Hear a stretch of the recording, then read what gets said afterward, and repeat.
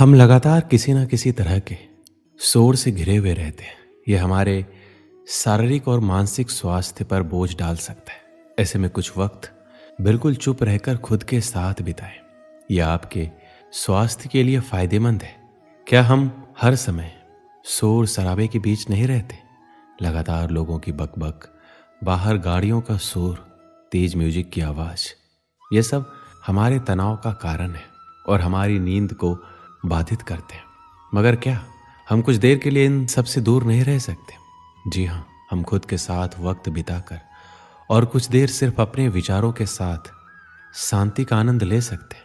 इंसान के सभी दुखों का कारण बोलना ही है, क्योंकि आवश्यकता से अधिक बोलना ही दुखों का कारण बनता है। इसलिए कम बोले, सटीक बोले, मधुर बोले और सबसे जरूरी जितनी आवश्यकता हो उतना ही बोले। वाणी या बोलना ही नहीं बल्कि मौन में भी शक्ति होती है। यही कारण है कि धर्मों में मौन को बहुत महत्व दिया गया है। श्री कृष्ण कहते हैं, सेहत से मौन का गहरा संबंध है और इससे मानसिक शांति मिलती है। मौन से विचारों में एकाग्रता आती है और रचनात्मकता बढ़ती है।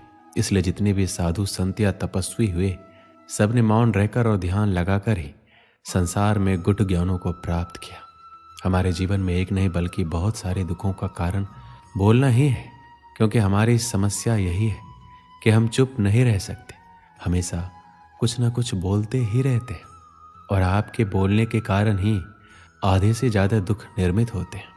परिवार में कलह कलेश का कारण भी हमारा बोलना ही होता है। आप जितनी भूख उतना भोजन खाते हैं, जितनी ज़रूरत उतना कार्य करते हैं, लेकिन क्या आपने कभी इस बारे में सोचा है कि आप कितना बोलते हैं? क्या आप उतना ही बोलते हैं जितनी आवश्यकता है, या अनावश्यक ही सारे दिन बोलते हैं? इस बारे में अकेले कभी बैठकर जरूर सोचिए कि आज आपने दिन भर में कितना बोला, क्या बोला और सबसे जरूरी क्यों बोला। इनमें से कितनी बातें जरूरी थी, कितनी अनावश्यक।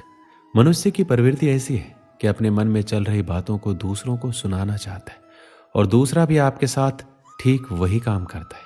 ये बातें किसी अन्य या तीसरे व्यक्ति से संबंधित हो तो सुनने सुनाने का काम और दिलचस्पी से होता है।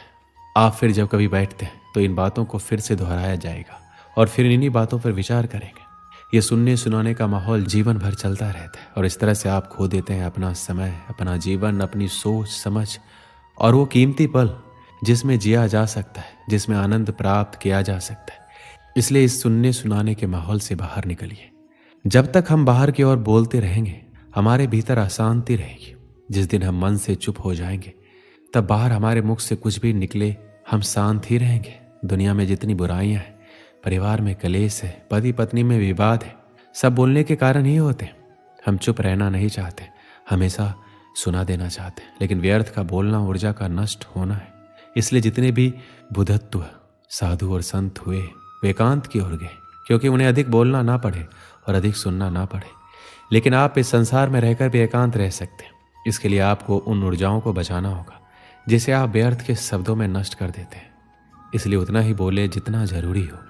आप सभी ने जीवन में कहावत तो सुनी ही होगी, एक चुप 100 को हराए, एक चुप 100 को दुख दे जाए। इसलिए हम कई बार चुप रहते हैं, मौन रह जाते हैं, क्योंकि यह सच भी है कि एक मूर्ख व्यक्ति के सामने मौन रहने से अच्छा उत्तर और कुछ भी नहीं हो सकता। परंतु जीवन में सदैव चुप रहना उचित नहीं होता। गीता में कहा गया है, जहां पाप का बल बढ़ रहा हो, जहां छल कपट हो रहा हो, वहां पर मौन रहने से अधिक गंभीर अपराध और कुछ नहीं हो सकता। कभी कभी हम सबके जीवन में एक समस्या अवश्य होती है, हम किसी ताकतवर के समक्ष मौन हो जाते हैं। ऐसा क्यों? प्रायः उसकी ताकत से बचने के लिए हम मौन रह जाते हैं। मानते हैं कि ऐसा करने से हम एक विवाद से बच जाते हैं, हो सकता है एक संघर्ष से भी बच जाते हैं। परंतु ऐसा बचाव देर सवेर एक बड़े संघर्ष को जन्म दे देता है। हमारा मौन रहना अनजाने में उस व्यक्ति का समर्थन बन जाता है और वह अपने आप को और अधिक शक्तिशाली अनुभव करने लगता है। यहीं से हमारा दमन प्रारंभ हो जाता है। एक के बाद एक हम अन्याय में अनचाहे रूप से सम्मिलित होते चले जाते हैं, जो आगे चलकर बड़े टकराव का कारण बनता है। तो फिर आप लोग कहेंगे कि इसका तोड़ क्या है? ये समझने के लिए ये जानना आवश्यक है कि ऐसी कौन सी बात है जो विरोध करने से रोकती है। ये सामने वाले की शक्ति तो नहीं हो सकती, ये तो हमारा खुद का डर होता है जो हमें मौन रहने को विवश करता है। क्या हमारे मन से डर को निकालकर अन्याय का विरोध नहीं कर सकते? आखिर वह हमारा क्या और कितना बिगाड़ सकता है? जरा सोचिए, ऐसा करने से हमारा मन कितना मुक्त, कितना हल्का अनुभव करेगा। इतिहास साक्षी है कि पापियों की उदंडता ने संसार को उतनी हानि नहीं पहुंचाई जितनी कि सज्जनों के मौन ने पहुंचाई। यदि कोई मूर्ख बोल रहा है तो मौन रहना उचित है, परंतु यदि कहीं छल हो रहा है, अपराध हो रहा है, तो उठिए और विरोध कीजिए, क्योंकि आपके लिए ना सही आने वाली पीढ़ी के लिए ये मौन घातक सिद्ध हो सकता है।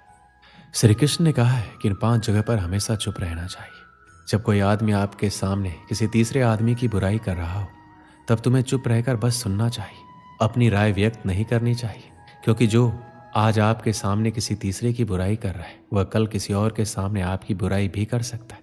यदि आपने कुछ कहा हो तो, यदि आपको किसी घटना या किसी विषय पर अधूरी जानकारी है, तो चुप रहना ही उत्तम है, क्योंकि अधूरा ज्ञान बड़ा घातक होता है और यह आपको हंसी का पात्र भी बना सकता है और या किसी मुसीबत में भी डाल सकता है। यदि आपको लग रहा है कि कोई व्यक्ति आपकी भावना, दुख या परेशानी को शब्दों में नहीं समझ पा रहा है या वह आपको ध्यान से नहीं सुन पा रहा है, तो ऐसे व्यक्ति के सामने चुप रहना ही ठीक है, क्योंकि ऐसे लोगों को आपकी भावना या दुख से कोई मतलब नहीं होता। ऐसे लोगों को अपना राज बताकर आप पछताएंगे ही। जब कोई अपना या कोई सगा संबंधी आप पर क्रोध कर रहा हो, आपका अपमान कर रहा हो या घृणास्पद शब्द कह रहा हो, तो आपको उस वक्त चुप रहना चाहिए, ताकि सामने वाले का गुस्सा पूरी तरह से बाहर निकल जाए। आप यदि सही हैं तो आप कतई माफ़ी ना मांगें और चुप रहकर सही समय का इंतजार करें। वह खुद ही आपसे माफ़ी मांग लेगा या उसे अपने गलती का एहसास हो जाएगा। एक समय की बात है, एक गांव में एक सफल व्यापारी रहता था। उसके पास एक अच्छी बड़ी दुकान थी और आमदनी भी इतनी थी कि गांव में सबसे ज़्यादा अमीर वही था। हर आदमी उससे अच्छे से बात करता और वह लोगों की बहुत मदद भी करता था। वह दिन रात मेहनत और बाकी समय में पूजा पाठ भी करता, इसलिए बहुत से लोग इज्जत करते थे। पर उस व्यापारी की एक बुरी आदत थी, वह जल्दी गुस्से में आकर लोगों से भला बुरा कह देता था, जिससे गांव के बहुत से लोग उससे नाराज रहते। और जब वह नाराज लोगों को मनाने जाता तो वो लोग नहीं मानते, तो उसको और गुस्सा आ जाता, वह उसको और बुरा भला कह देता। फिर बाद में व्यापारी को बहुत बुरा लगता। एक बार गांव में एक बहुत ही ज्ञानी संत आए। कुछ ही दिनों में दूर दूर तक उनके ज्ञान के चर्चे होने लगे। यह बात व्यापारी तक पहुंची। वह दौड़कर संत से मिलने पहुंचा। व्यापारी ने संत की बहुत सेवा की और अपनी सारी समस्या बताई। संत ने व्यापारी से कहा, तुम बहुत सारे कागज के टुकड़े लो और पूरे गांव में फेंको, फिर मेरे पास आना। व्यापारी बिना सोचे समझे दिन भर कागज के छोटे छोटे टुकड़े पूरे गांव में फैला देता है और फिर संत के पास पहुंच जाता है। संत उस व्यापारी से कहते हैं, तुम्हारी समस्या का समाधान मिल गया, बस तुमको एक काम करना है। तुम जाकर उन सभी कागज के टुकड़ों को इकट्ठा करके यहाँ ले आओ। अपनी समस्या का समाधान पाकर व्यापारी बिना कुछ सोचे समझे उन कागज के टुकड़ों को इकट्ठा करने पहुंच जाता है। बहुत देर कोशिश करने के बाद व्यापारी को यह समझ आता है कि यह काम करना तो नामुमकिन है। दौड़कर संत के पास जाता है और कहता है, आपने जो काम दिया है वो असंभव है, मैं चाहकर भी पूरा नहीं कर सकता। संत मुस्कुराते हैं और कहते हैं, बेटा मैं भी यही कहना चाहता हूँ, किसी को कहे अपशब्द वापस नहीं आ सकते, इसलिए हमेशा सोच समझ कर बोलना चाहिए। आज के बाद तुम ये बात अपने मन में अच्छे से बिठा लो, चाहे कुछ भी हो जाए तुमको किसी को अपशब्द नहीं बोलना है। संत से प्राप्त इस ज्ञान से व्यापारी की आंखें खुल जाती है। वह दोबारा कभी किसी को गुस्से में कुछ बोलने वाला रहता है तो उसको कागज के टुकड़ों का उदाहरण याद आ जाता है। इस कहानी से हमें क्या सीख मिलती है कि कितनी भी मुश्किल क्यों ना हो, हमें किसी को अपशब्द नहीं बोलने चाहिए, क्योंकि अपशब्द से हुए नुकसान की भरपाई करना संभव नहीं है और किसी को गलत शब्दों से ठेस नहीं पहुंचाना चाहिए। दोस्तों, इस वीडियो में बस इतना ही। मिलते हैं अगली वीडियो में। अपना ख्याल रखिएगा। जय श्री कृष्ण।